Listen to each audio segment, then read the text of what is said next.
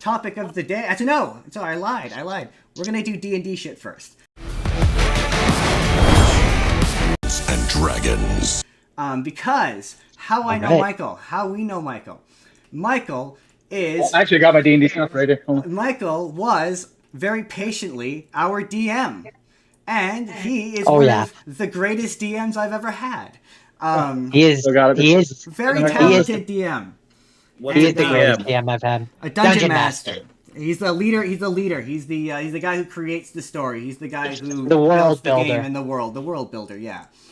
Dungeons and Dragons, Tim, if you're unfamiliar, is a fantasy role-playing game where you play tabletop RPG that you play with dice. And yeah, the DM, in this case Michael, and paper, creates a story that quite often the players disrupt. Then he's cool enough to tell you in which way at the end of the session. That's pretty cool. And he lets you do really fun things. And I don't know if you remember this, Michael. I don't know if you remember Tim, my druid. I suspect you remember. Okay, good. I'm glad you remember Tim, because I feel the need to tell you, and we're going to talk about Baldur's Gate 3, but I feel the need to tell you that Tim lived on into Baldur's Gate 3. Tim, named after, Tim, I don't know. Tim, the Mighty Druid. Tim, the Mighty Druid. Named after Tim the Wizard from Monty Python. That's where he got his name. It's like having such a boring, ordinary name. But yeah, he lived on into Baldur's Gate 3 and moved into a normal monogamous relationship. No more 4Gs for Tim. Because being chaotic in that... being chaotic in that game is bad times. You're going to explain that one, Justin? Oh, I suppose I should. You can go into detail about how that came into being? Oh, okay. So, how I met Michael. He let me join in a few times on a D&D campaign where he let me create a druid named Tim. And he let me do a lot of cool things that we couldn't do in the game at the time. Like, you let me turn into an owlbear, which I believe you couldn't do at that time, right? Like, you gave me bear No, stats. you couldn't. No, which is why in Baldur's Gate 3, when I turn to a owlbear, it makes me giddy, because I'm like, that wasn't a thing when I did it. You let me do really cool things and get away with a lot of shenanigans. I really appreciate it because I started watching Critical Role, how much shenanigans you let us get away with. Absolutely. You were just like, I'm cool with the shenanigans as long as it's cool. Yeah, it is quite a wonderful game if you really stop and think about it. I explained it to my wife. How I explained it to my wife when she first started. She's like, "Oh, I'm thinking of playing." She's like, "How do I play?" And I was like, "Oh God." I was like, "Okay, just imagine a game where you can do anything you want within the realms of like what's possible in that world." So like her first psychotic act was to lock a necromancer in a house and burn the house down. That's great. That's awesome. Yeah. And I was like, all right, well, there goes that encounter. Crumple, bye. We broke over my years of playing with you and as my DM. We broke quite a few encounters. Yeah. Yeah. Dang. And it makes for great stories. There's a lot of great stories that we created, crafted together over the years. I mean, I talk about all the time. Okay, so I have a question, Michael. If you're the dungeon master, you guys are all coming to play, right? Yep. So that means that you spent a lot of time creating that world, right? Before the game? Yeah, so movies are a big inspiration. Comic books, other books, whatever, is huge inspiration. And you get this idea for a world in your head, and you start with a town, and then from the town you go to the local area, and from there you go a lot farther than that. And then you do have to think about like, well, how does this town run? And it's like, okay, well, it needs someone in charge. Who's in charge? It needs somebody to keep guard. Who's the guards? And then it just kind of spans out from there. And I know, Michael, that I know, knowing this in retrospect, because again, I started watching Critical Role, that you took a lot of inspiration from Matthew Mercer and like a lot of his ideas of what dungeon mastering is, at least in retrospect. That what it seems like, the idea that it's supposed to be more of a collaborative experience, not like a dungeon master versus like the players. It's not supposed to be an antagonistic relationship. That's correct. Yeah, like don't think of me as I run the bad guys, I play the villains, but I'm on your side. Like I want you guys to have a good time, Yeah, right? Like yeah, yeah, Yeah. yeah. You're like the so, actor who plays the villain. You're not actually the villain. Yeah, yeah, exactly. And that was one thing that with our group was that anytime there was frustration amongst the players, like you would be like, okay, let's talk about this and how we can like move forward and like all have fun yeah, kind of thing. Which is, yeah. I mean, so there are people. Some people have put Dungeons and Dragons on their resume as a team, like team building, like it's a team building Mhm. exercise. Yeah, And absolutely. if you're the DM, you're the facilitator of that team based exercise. And I absolutely see how people could do that, put that on their resume because, yeah, especially the DM wrangling like 5, 6 people and into following a cohesive idea and working together and not butting heads is absolutely an impressive skill and shows at the very least supervisory skills. Yeah, oh, absolutely. Yeah, especially yeah, I mean you got a lot of personalities coming together, right? Not everybody is cohesive with each other. So Yes. just kind of keep everyone on track is Yeah. can be hard. I prefer it. I prefer DMing. I started playing in another friend's campaign a while back, and it's just like I'm having fun with this one character. I really am, but it's like I just love creating the world and just like running everything else. Like I think that's the part I like, I and which I think is very rare I Mike for mean, It president. is. It is. yeah, for yeah. president. You got my vote, man. I love your energy. Dungeons and Dragons have been around forever because I remember back in 1982, my friend in school would play Dungeons and Dragons. But the very few times I had a chance to ask, like, to join, I got the same answer. We don't have time to teach you. Oh, that's And such a so, shame. and so Oh, I just never,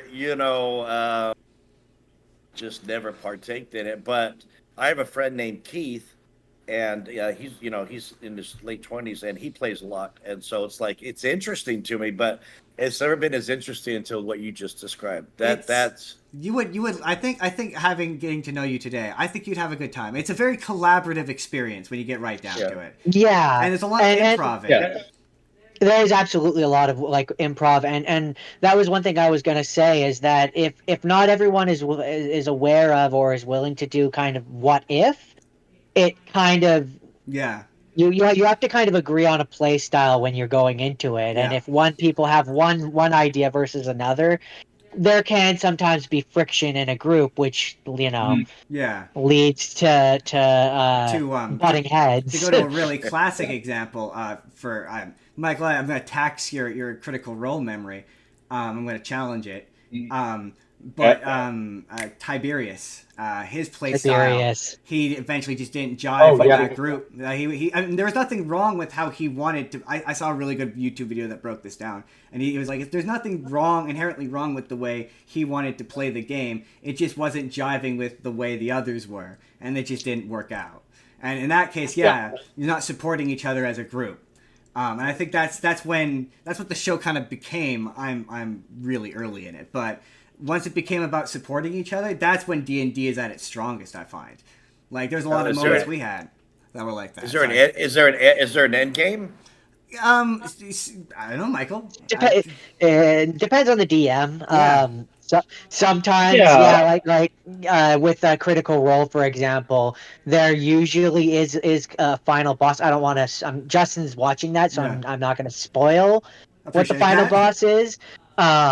But sometimes sometimes the DM will just ramp up the difficulty until players die. Yeah, Uh, there was a video I saw of sometimes there is no end game. Like there's a video I saw of a group, they had been playing D&D for I think he said 20 years.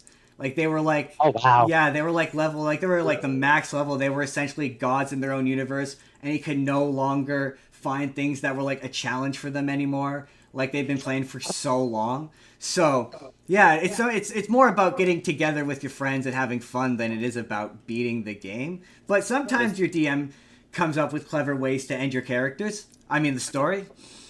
I'm never gonna forget one time in one of ours where The ocean had basically been split apart like the Red Sea, and one of our players attacked the person that was keeping the waves at bay, and it came crashing down like the Red Sea, Moses crushing all the people. And I just remember it's like looking at Michael, and Michael being like, you could clearly see him in his head going like, okay, is there a way they could have survived this? No. Yeah. Fuck. Yeah. I remember I had to I googled it. I was like, how much water, like how much does it weigh on each side? And it would have just turned you to just mist. Like you would have just been mist instantly. And I was like, oh, I don't know if they can get out of that. I remember that because he came home and he never, was like, never gonna forget my that. character is dead, but it was awesome. I will say that. It was probably the best way I could have died. I mean, But okay. if your character dies, can you come back into the same game as something else? Or is that it? Yeah. Theoretically, like if just my character died and the rest of the party died, they could theoretically resurrect me, and you know, there are narrative ways that you could work in solutions to the problem of death. Yeah, but sometimes it means more to have a character be dead. Yeah, you have to think so in my role, it's like, say I killed one of you, I'd have to think like, oh, was that satisfying? Like for them, was it like this quick story about one of my brother's characters. I remember he was playing. Was he playing? He was playing a monk, and he ran up a dragon, like a little wyvern, nothing too crazy, but its tail came around, stung him, and its poisonous tail, I think, paralyzed him, and he just fell and landed face first into the mud. I remember this one. And then through the turns, he just kept failing. So when you go to 0, you can roll death saves. So it's a chance to stabilize yourself. So instead of dying, you're just unconscious. Well, he failed all 3 strikes, you're out. And he's just it's been a joke now for 10 years that he just died face down in the mud.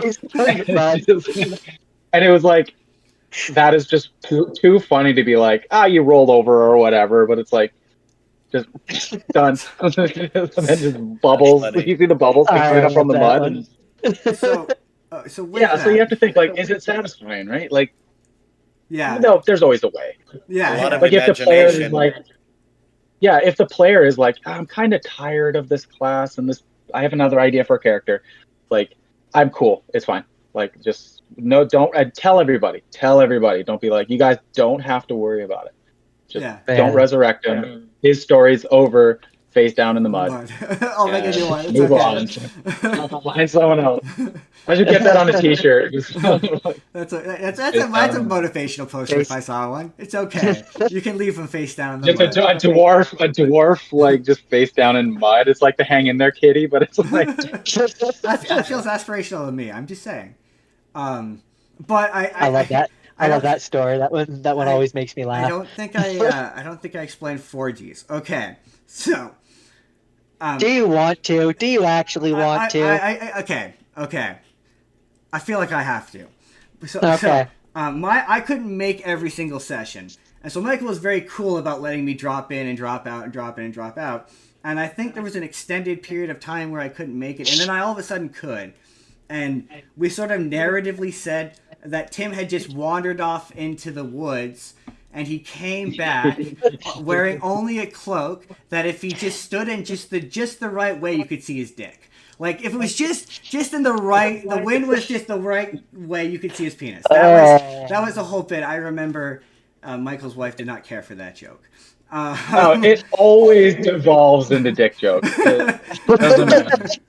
And so, doesn't matter where you're from, your background, everyone will get the dick joke. I can't help it, Michael. I can't help it. Can I join D&D as a Balchinian? You absolutely can. That's what's great about it. That's what's beautiful about Dungeons and Dragons. And so one of the times I came back, I decided that his cloak was dirty because he had been off in the forest orgies, the 4Gs. And I just kept saying, because I thought 4Gs was funny. I just kept saying that the entire session. And so I got Michael asked, hey, I need a new cloak. The old one is dirty. And he was very cool about giving me a cloak that would allow me to turn into a dragon. And he made me roll for it. And because I have the Will Wheaton dice curse, I rolled badly, and so I went to use it in the battle, and I turned into a red dragon. I nearly killed the whole party, and then Jordan nearly ended the world, and that was how that campaign ended. I believe I did end the world. I unleashed my demon upon the world, Right, and right. I wasn't sure if we had avoided it or not. in covert as well. Like nobody saw it coming. No, none of us saw it coming. But yes, yeah, he had crafted such a believable and fun world that I love that character, and I moved him on to. Actually, no. Tim, since you mentioned Dungeons and Dragons in the 1980s, Michael and Tim, have you heard of the 1980s Dungeons and Dragons cartoon animated show? No. Yes. Okay. I have. You have. Well, Tim, it's Michael. Would you like to describe the premise of the cartoon, if you remember it? I don't remember watching it. I know of it, but I know it's like cheesy 80s comedy D&D Okay. show with a bunch of kids in a world and a weird creepy guy called Dungeon Master. Yeah. So it's they get trapped in a Dungeons and Dragons dark ride, and they get teleported to one of the Dungeons and Dragons worlds, and they run into a character called Dungeon Master who turns them into like each of the classes. So there's one he's a spellcaster or a wizard, I think. One of the kids is a barbarian. There's an acrobat, and it's very much like when I'm watching it. It's very much like I could tell it's like original Dungeons and Dragons, like Gen 1. Like this is the original rule set, and it's one the thing that made me realize, wow, the Beholders are really like old school Dungeons and Dragons like monster. I remember watching this. I had no idea. Yeah, it's a dungeon. Yeah. So you do know it. Okay. Yeah, it's a Dungeons and Dragons. Yeah, it's one of those 1980s. It ran in syndication, so it has no pilot. It has no intro episode.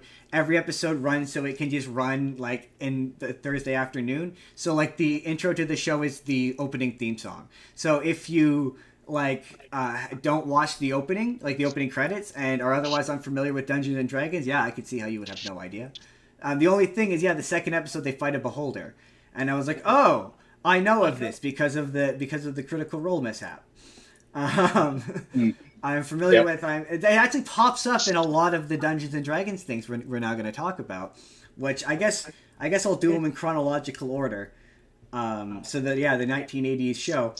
Have any of you seen the 2000s Dungeons and Dragons movie with what's his face? Jeremy Irons, the bad one. I don't think so. No, I have, Michael, man, you're normally Jordan's the one who's I've seen this, and the guest is like I have not seen this, but that's okay. No, I don't think I've seen this one. I have a lot of questions for you. It's been a while. Okay, I'm gonna ask you about some of them more.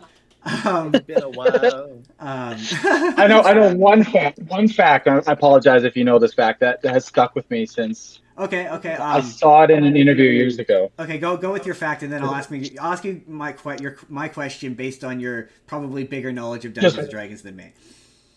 One weird fact about Jeremy Irons about that movie: he only did it to pay for a castle. That's my only knowledge about that movie. I do know that. Yeah. He needed to pay for a castle. I'm sorry. To pay for a castle? Yeah. Yeah, he bought a castle, and he's like, I needed to pay for it, so he did the movie. Incredible. Hey, look, man, he's giving awesome. us 110%. Like I need a castle. Yeah, he really wanted the castle, and he shows up. Of the things wrong with that movie, he is not one of them. Like, he's having a great time. But no, okay, my question is there a spell in Dungeons and Dragons where you have tentacles that come out of your ears that can help you read minds? Read minds? No, I don't think so. But I'm sure there was a spell that was like turned sticks to snakes, for God's sakes. I mean, okay, fair enough. There's a lot of weird spells. Probably. Okay. I got a question then. Is there like a higher DM that a community that like governs this whole D&D that you have to follow like guidelines and rules and regs and stuff like that, or it's just based off the dungeon master and the community that he brings in? Yes and no. So there is something called Adventure League where they follow the rules pretty much to a T, and they usually do that at like hobby shops. But for me, it's like I could do whatever I want. I could change whatever spell I want. I could make whatever anything I say goes. Yeah, Yeah. Which is So it's kind of like the old pirate code from Pirates of the Caribbean, where it's like they're more guidelines than actual rules. Pretty The much. DM is ultimately the pirate lord who decides all the rules, but they're Yeah. more guidelines. Like you can have home base rules where like custom classes can be creative specifically for Michael's world, for example, Yeah. depending on his discretion. Yeah, like I don't know if you're Yeah, it's a familiar lot of with work. if you're familiar with The Witcher. Michael let Jordan build the main character. I can't remember his name, but the main character from The Witcher, Geralt Yeah, Gerald of Rivera. Riviera. He basically let Jordan create that character in one of their campaigns. Blood Hunter. One of my personal favorites of Jordan's is the Batman. That He's will still, I believe that character is still in Schrodinger's box. He is technically still both alive and dead because we never went back to that session. Yeah. So if I wanted to be, go ahead. I'm sorry. Go ahead. I was just gonna say, so to this day, if we ever went back to that game, we would have to ultimately figure out if he was alive or dead.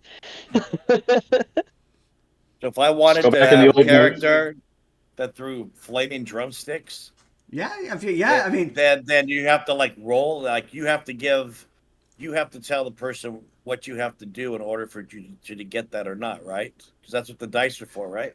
yes, right? Yeah. Yeah. Yeah, pretty much. Yeah. He Yeah. determines how high the value. Basically, tasks are determined based on a value that he determines based on like an in-universe. So, like, let's say there's a really flimsy wood door. Michael might be like, it takes a 5 to kick in this really flimsy wood door. So if you want to be like, I want to kick this door in, it's not going to take much effort, right? So he rates it lower. That's kind of the concept. Whereas if you're going against like a solid steel door with a lock and a bolt on the other side, That's gonna be that's going to be 40. like a 40 to kick through, and it's going to be basically impossible. Not impossible. Yeah. You might be able to do it, but it's going to be really difficult. Yeah, pretty much. Yeah. Yeah. Yeah. That's what's fun about it. And yeah, it's at his discretion. And yeah, it's really fun. And so where I devolve the enjoyment from is or at least part of where I devolve enjoyment from is I like the challenge of trying to think through these situations in an out of the box kind of way, where it's like, yeah, sure, you could go knock on that door and see if someone answers and like go from there, or you could try and find like the secret back door where you can pick the lock, sneak in, and nobody sees you coming, and you can surprise them and do like yeah, X, that's Y, and just Z as thing. satisfying. Yeah. Like that's just as fun to me as kicking in the door. Yeah, absolutely. Yeah. It's Yeah. really I like That's I what like the fact of thinking out of the box because that's how I am. Yeah. It rewards that. It doesn't punish, and especially like Michael was always really cool of like, hey man, as long as you can justify it, we can make it happen. Yeah. Yeah. Yeah. That's such the hard part too. Is like Aw. when you have it. Oh, look at the puppy. Puppy. We have another guest. Like, yeah. This is Cookie. Hello, Hi, Cookie. Cookie. Hi, Cookie. Looks like you just picked him up and was like, I was asleep. What are you doing? She came. So she'll give me an audible sound like if something is going to start with me. And I noticed that ever since she was a puppy, and that's what she was doing. She came over, and so Y'all good? yeah, I'm good. Okay, Yeah. okay, I'm cool, good. cool. But that's that's she came like right out of I guess she sensed how dogs sense things, so she was laying right Yeah. next to me. So Aw, that's what we're best friends, huh? it's great. And that means I can now tag this cute dog video. That's awesome. Sorry. So, well, I don't know what comes next. What comes next chronologically? Baldur's Gate 3 or the Chris Pine movie? I think the Chris Pine movie would come next, Chris and Pine then movie. maybe Well, like what came first and like Yeah, chronological like order. literally like by Yeah, years. by year. Baldur's Gate 3. Baldur's Gate 3 came out Okay, before Chris okay. Pine? Fair. Oh, okay. We'll do It was Michael, only because it was in early access for like for like for ever. like Oh, okay. Fair, 6, 7, fair. 20, 30 years. Okay, so we'll do Baldur's Gate 3. Have you played Baldur's Gate 3, Michael? Yes. This feels like a very dumb question, but we've both recently started playing it again. And Yeah. we're gonna gush about this game for a bit because man, it really made me like appreciate Dungeons and Dragons so much more than I had going into it. It was really like it's what got me into like going back to watch Critical Role was playing that game, and it's like, oh yeah, I just appreciate all this stuff, and now going back, it's had this feedback loop of now I'm replaying it as a bard. I'm like, oh, I'm so much more strategic this time because I know what I'm doing, and like yeah, but at the same time, it's definitely Dungeons and Dragons with guardrails on. That's Oh, what we kind of, definitely. Yeah, that's kind of what we kind of came to the conclusion where we're like it's like yeah, it's Dungeons and Dragons, but not really.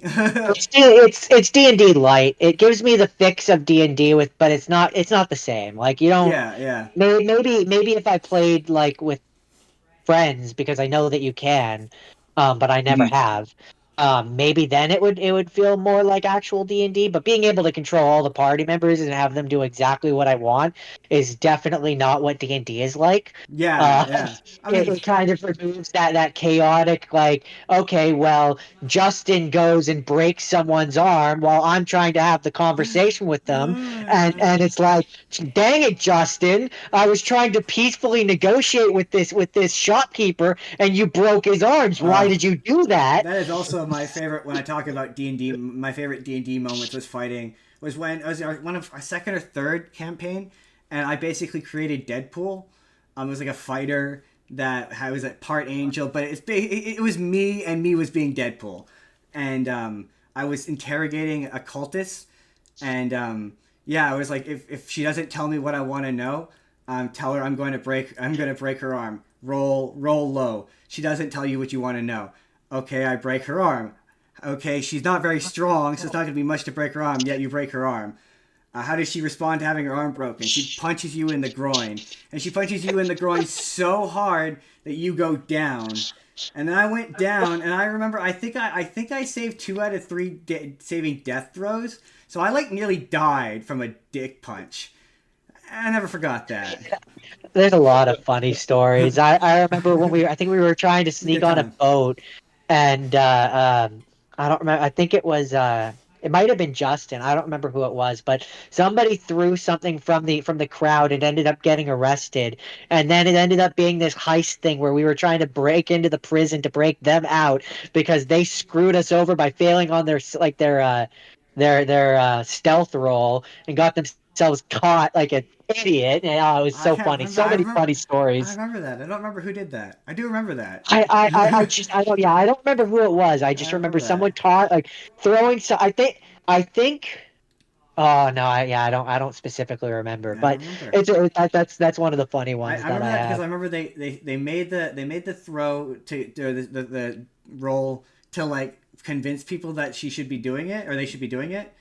Um, Yeah, and then I remember, yeah, they failed the subsequent roll, which is what got them caught, and I remember having to bust them out. but I've had a few DMs, and Michael was definitely the best of them. This other another group that I played with, there was like three other players, and they kind of cycled between who would DM depending on the week. I never did because I'm not right for that position. But they would switch yeah, off, and it just they they were never as good. Like one of the things that Michael was always is, I say was, it's been a while since he's DM'd, I think he said, but I still consider him my DM. One of the things that he is really good about is if, for example, I was a rogue and Justin was a fighter, Michael would present me as a rogue plenty of situations where I could be sneaky and get to be a mhm. rogue. Whereas when I played with this other group, they were all like melee based characters, and I was a rogue, like a stealthy character. But the way they DM'd, I never got a chance to be a rogue. So it was like I was always this weak little guy with a dagger who was going into a fight who couldn't really do any of the things that made a rogue good because the DM never presented, like in that situation, never presented me with the option to be a rogue. And so I was just this like undervalued character who couldn't do any of the cool things, and it made it very frustrating. Whereas Yeah. Michael was always like better. I I'm think gonna this is run. why I like DMing. Oh, I'm just gonna run to the bathroom. Oh, Oh, sorry, for by all sure. means. I'll be right back. Go Sorry, ahead, Michael. No, Michael. so Michael. so this is I think this is why I like DMing so much is And it's kind of like, it's in a weird way, it's like why I like being a personal trainer is every time you sit down at the table or you meet someone for training, it's like you're a puzzle to solve. So I have to. So for D&D, it's like, okay, my puzzle and my enjoyment out of the game is how do I make sure you feel good as a player for all the choices, from all the dozens of choices you make in the book. Like you could be a paladin or a rogue or a bard. It's like, okay, well, clearly, if you want to be a rogue, let's say, Jordan, it's like clearly you want to sneak around like friggin' Ezio from Assassin's Creed. Like there's just, or Ninja. Like there's just something about that you really really like. Same thing with fitness is like, okay, what's wrong with this person? Okay, so their back hurts. So we got to figure that out. So it's always making small adjustments, and it's the same way with D&D. It's like, okay, you're a rogue. At some point, you're going to want to pick a lock. At some point, you want to stab someone in the back from the shadows. Yeah. It's like, how do I fit that into this, let's say, workout program as the story? Like, I don't know. But I've gotten to a point where it's kind of natural for me now, where I'm like, oh yeah, you're a rogue. I'll just put like, you know what to do. I know what to do. There's a locked door over there. Have fun. Like, I don't want to. I don't want to deny you, right? Like, it's so hard to deny someone. Yeah. Yeah. I mean, that's what it should be. Yeah. I agree. That's definitely how it should be, and that's where I say that's what makes you a good DM is the fact that you can just instinctively recognize and see those things and those opportunity or present those opportunities. Not every DM is like that. I can definitely say that from experience. Now, I hate to bash on them, but like, this is why I don't like Critical Role. Is they're kind of showing a very unique side of what's not possible for D&D. Like Interesting. it's not a stage show. Like I'm not here to do that. Like I'm not comfortable with silly voices. I'll do them sometimes, but Yeah. like not Yeah. everybody's comfortable talking like that in character, and nobody is, maybe except for a few people, are actors. Like no Yeah. one acts like that. Some people are just very comfortable being like, oh, I want to persuade this person, instead of being like, go into detail. It's like, well, just kind of tell me the gist of what you want to say, and then we'll let the dice decide. And if Yeah. you start to get more Yeah. comfortable and open up, then we'll talk it through. But Yeah. I think honestly, Critical Role has done as much positive. I think they've done as much disservice to Interesting. like how you play the game, not properly, because there's no one right way to play the game, but Yeah. I've had somewhat of a fear of running into people who are like, "Well, you're not like Matthew Mercer." Oh, interesting. And it's like, yeah, Interesting. I know, like I know I'm not. Oh, I mean, and the thing though that is that I'm gonna put words in this man that I don't know's mouth, but I'm sure that he would be like, no, you're not me, and you shouldn't be me. Yeah, You're yes, you're your own person, and you Yeah. run your game your own way, and that's yeah, fine. And the reason why I listen to Critical Role when I'm at work, and I'm on campaign 3 now, so I've listened to quite a many hour of the various different yeah, stories that they've done, and because I'm not watching it, like I'm not seeing all the models and stuff and the maps that they use, and so it's Welcome back, literally Tim. for me it's Sorry. welcome back, Tim. For me it's really just a story, and so I kind of at a certain point had to stop because you're right. There's a lot of things where like a lot of situations that they get into on that show where it's like for example, with Sam Riegel, he fails just a little bit too often for me to believe that it's always true. I think sometimes mhm, he does it for comedic effect or to move the story along in a particular way.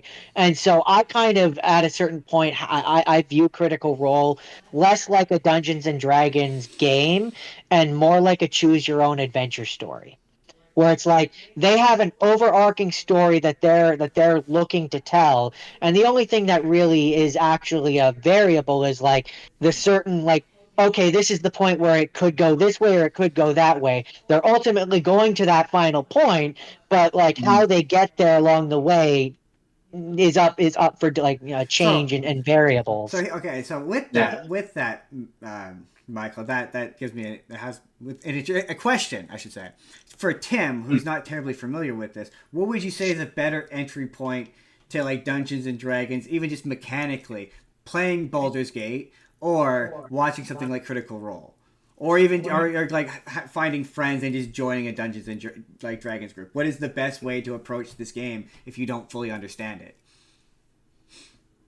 Trying it. Don't. Are you asking me or Mike? Michael. No. Oh, I'm sorry. We're asking Michael how someone, an entry level person such as yourself, could approach what to some feels like a very unapproachable game. And then we'll go to you, Tim, because I am curious. What your perspective is. Yeah, I'm curious about Tim, because if he's never played it, like, that's actually a good question. Yeah, so Tim, I'll present you with the options. So there is a YouTube show called Critical Role, where it's a bunch of like voice actors who they're friends and they get together and they play Dungeons and Dragons and they have characters, and it's you're literally watching a session that they do. It's like a 4-hour session, and it's very fun, and they all provide very like colorful characteristics to the characters, and they do fun voices, and Matthew Mercer is very talented, and it honestly you get kind of emotionally invested in it. It's very strange, but it is quite entertaining.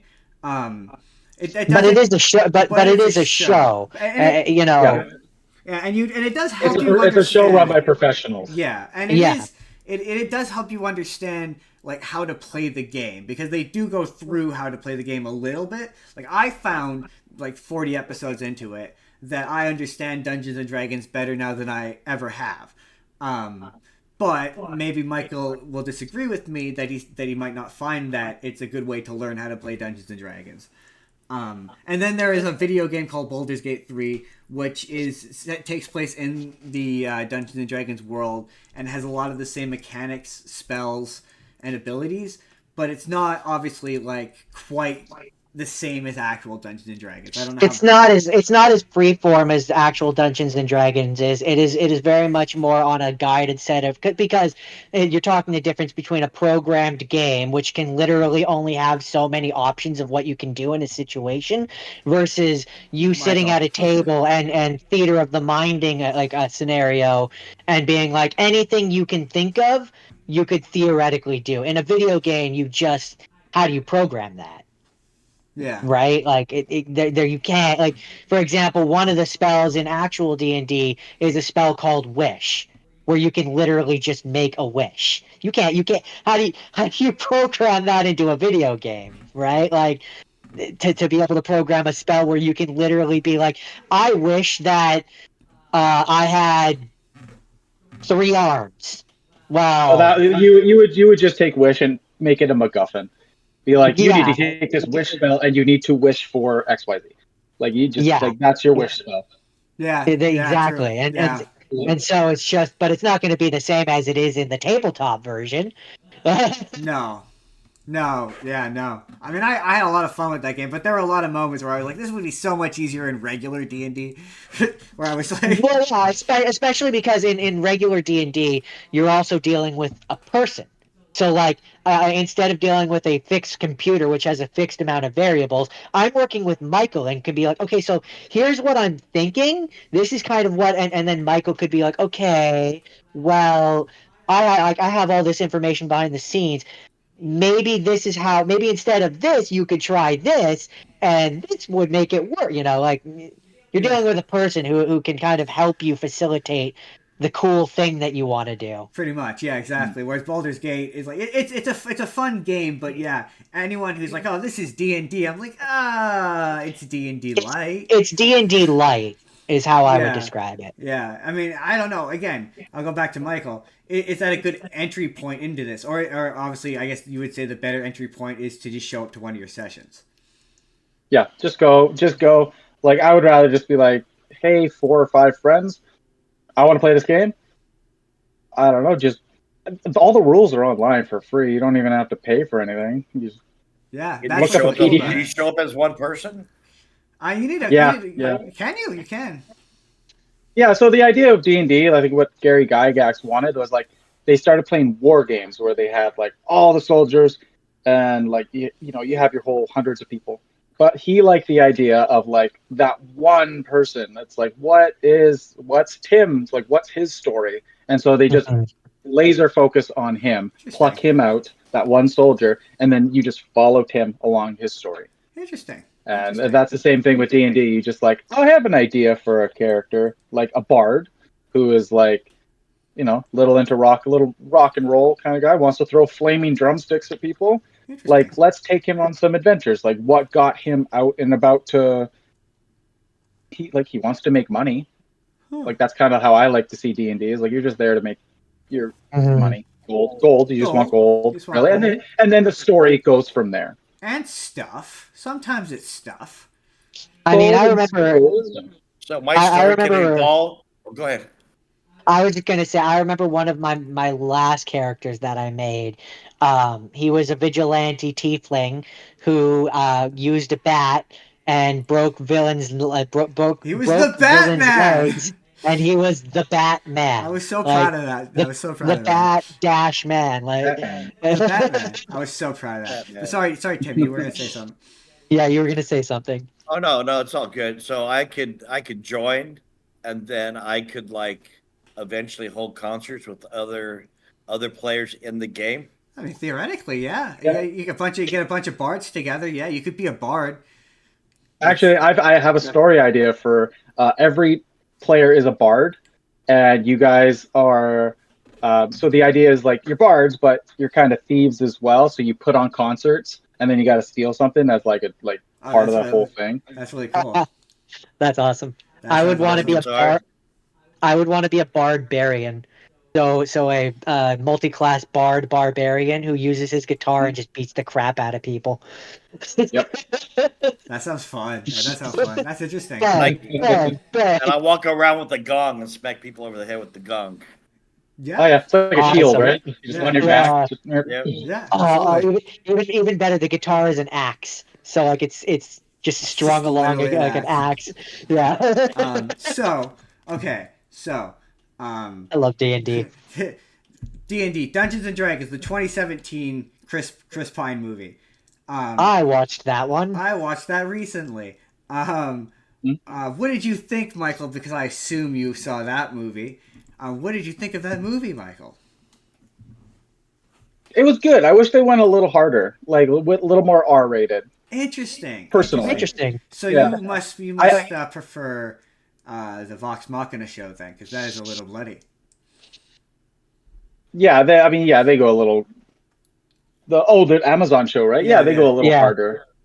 Yeah, I'm gonna get in trouble. I wish they put that dark elf in the movie instead of the paladin guy, because their whole plan was to have a character named Dritz, just to wear the word and whatever, and then they changed it pretty much last minute.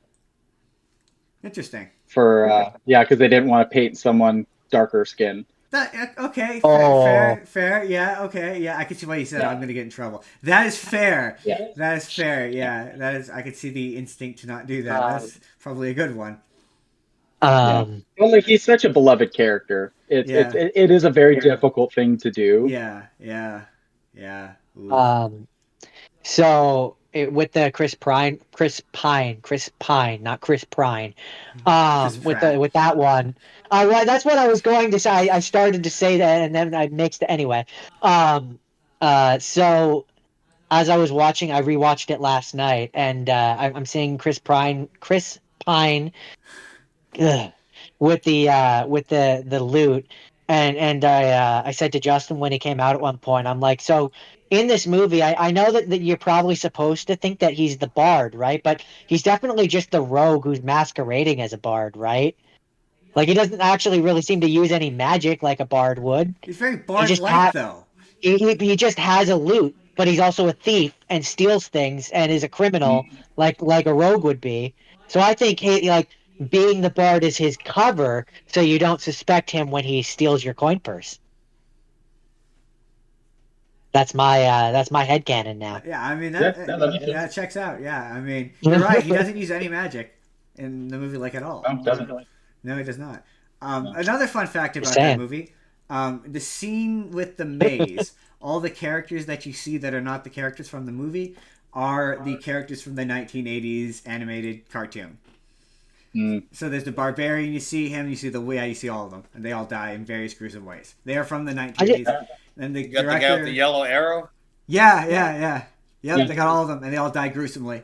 And it's I love that movie because, especially because the first time I saw it in theater with Justin and a mutual friend of ours, there was so many moments where I was like, "Oh my god, I recognize that animal! Oh my god, I recognize that monster! Hey, that looks like Misty's step! Like I use that spell! Like like there's so many thing I cool moments like that." recognize. Yeah. Yeah, and the geeky nerdy geek in me is just like, Also, I believe there's another beholder in this movie at some point. Beholder shows up. I think. Am I wrong? no, I don't think so. I don't think in No? this one there is. No. I don't think there's no beholder. Oh, but yeah, that movie's I, good. I watched it last night and I feel like I would remember that, so I'm gonna say it probably isn't. Yeah, I don't remember. I watched There's it definitely recently. there's definitely an owl bear. Yeah, I that love was the cool. owl bear. That was pretty sweet. But that's a fun movie. Were you talking about a video game when you said, "How do you do a wish?" A wish. Oh spell? yeah, video game. I was yeah. saying See, in a video game. Yeah, it's a video game. nowadays that might be possible with AI. It's just how it's the kind of spell. How it works in the game is it's real hypothetical. So it'll literally let you do anything, and it's like, how do you? Yeah, I mean, maybe they could find a way, but it's like, yeah, how do you make it so With you can really do with the anything? advent of technology, I could see in a few AI. years. Yeah, I could see in a AI. few years you could implement that more success. But when it came out, like when it was released, we weren't quite there, and so there's just also a lot of because you can only get to level, I think it's 15 in the game, whereas in actual D&D it goes to level 20, and there's a lot of like the high end, like high level spells which just kind of break the world. Yeah. So if I play the game, I'll at least get a decent understanding as a beginner. Oh I yeah. would say, Oh, yeah, for sure. it definitely gives you a good idea, a good frame of reference for what the game is like, or for what D&D is like.